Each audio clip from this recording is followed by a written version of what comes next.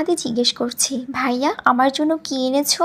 আবির যেই না উঠতে যাবে মা চাচিরা উঠতে দিচ্ছে না। আগে শরবত খাবি তারপর উঠবি। আবির তানভীরের দিকে তাকিয়ে বলল, ওই যে লাগেজটা নিয়ে আয় তো। তানভীর একটা লাগেজ টান দিতে যাবে, আবির আচমকা বসা থেকে দাঁড়িয়ে, ওইটাতে একদম ছবি না। তানভীর সহ বাড়ির সকলেই যেন অবাক হয়ে গেল। আবির আবার ঠান্ডা মাথায় বলল, পাশের লাগেজটা নিয়ে আয়। তানভীরও তার কথা মতো লাগেজ নিয়ে আসলো। লাগেজ খুলে যে যার মতো জিনিস বের করছে আর জিজ্ঞেস করছে, এটা কার ওইটা কার। আবির শরবত খেতে খেতে উত্তর দিচ্ছে। আদির জন্য বিদেশি দামি দামি খেলনা, মিমের জন্য ড্রেস, কসমেটিক বক্স, মা কাকিদের জন্য অনেক গিফট, তানভীরের জন্য মোবাইল, একটা ল্যাপটপ ও অন্যান্য গিফট।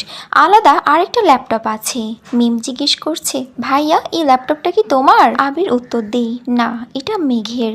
মেঘের মা হালিমা খান জিজ্ঞাসা করলেন, মেঘের ল্যাপটপ কি দরকার বাবা? আবির বলে, ওর তো এইচএসসি পরীক্ষা শেষ, সামনে অ্যাডমিশন টেস্ট আছে, অনেক কিছু জানার বা পড়ার দরকার আছে। মোবাইল দেখে পড়ার থেকে ল্যাপটপে সুবিধা হবে, তাই নিয়ে আসলাম। মিম বলে, আমার জন্যও নিয়ে আসতা একটা। আবির অবলীলায় হেসে উত্তর দেই, তোর 18 বছর বয়স হলে তোকেও কিনে দিব, চিন্তা করিস না। মিম খুশিতে গদগদ হয়ে বলে, ধন্যবাদ ভাইয়া। বাড়ির হইচই শুনে ঘর থেকে বের হলেন ছোট চাচা ইকবাল খান। আবির চাচ্চুকে দেখে সালাম করতে যায়। চাচ্চু বাধা দিয়ে জড়িয়ে ধরেন ভাতিজাকে।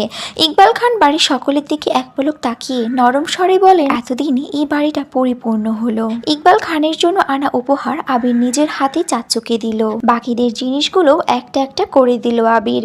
মেজো চাচ্চু মানে মোজাম্মেল খান বাসায় নেই, তাই ওনার জন্য আনা গিফটগুলো যত্ন করে রেখে দিল আবির। লাগেজে পড়ে আছে একটা বক্স, যেটা রেপিং পেপারে মোড়ানো, আর একটা শপিং ব্যাগ। আদি জিজ্ঞেস করলো, ভাইয়া ওইটা কার? আবির ল্যাপটপের পাশে বক্স আর শপিং ব্যাগটা রেখে উত্তর করলো, এগুলা মেঘের, দিয়ে দিও, আমি রুমে যাচ্ছি। ইকবাল খান এক পলক সবার দিকে তাকিয়ে জিজ্ঞেস করলেন, মেঘ কোথায়? হালিমা খান উত্তর দিলেন, ও তো কোচিং এ গেছে, এতক্ষণে তো চলে আসার কথা। আবির বাকি দুইটা লাগেজ নিয়ে উঠতে যাচ্ছিল, হঠাৎ পিছন ফিরে মায়ের দিকে তাকিয়ে প্রশ্ন করলো, আমি কোন রুমে থাকবো? ছেলের এমন প্রশ্নের জন্য মা হালিমা খান হতভম্ব হয়ে পড়লেন। তৎক্ষণাৎ স্বাভাবিক হয়ে উত্তর করলেন, তোর রুম তোরই আছে, আজ সকালেই পরিষ্কার করা হয়েছে। আবির কোনো কথা না বলে দুই লাগেজ নিয়ে উঠতে গেলে তানভীর এগিয়ে আসে, আমায় দাও, আমি নিয়ে যাচ্ছি।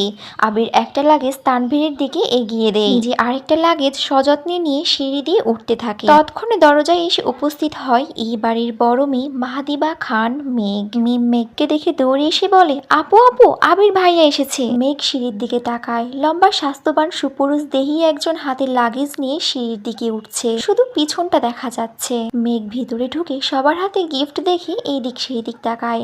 তৎক্ষণে আবির নিজের রুমে চলে যায়। মেঘের মা হালিমা খান মেয়ের দিকে এগিয়ে এসে বলেন, তোর জন্য গিফট এনেছে। মেঘ তাকিয়ে বলে, কি গিফট? হালিমা খান চোখে ইশারা দিলেন। সোফায় রাখা ল্যাপটপের দিকে চোখ পড়ে মেঘের, ছুটে যায় ল্যাপটপের কাছে, জিজ্ঞাসা করে, এটা কি আমার? মিম বলে, হ্যাঁ আপু, এটা তোমার। বক্সটা আর শপিং ব্যাগটাও তোমার। ল্যাপটপটা ঘুরিয়ে ফিরিয়ে দেখছে মেঘ, যেন আকাশ কুসুম কিছু পেয়ে গেছে। তারপর শপিং ব্যাগটা একটু খুলে দেখলো দুইটা ড্রেস মনে হচ্ছে। সে ল্যাপটপ আর বক্সগুলো নিয়ে রুমের দিকে চলে যাচ্ছে।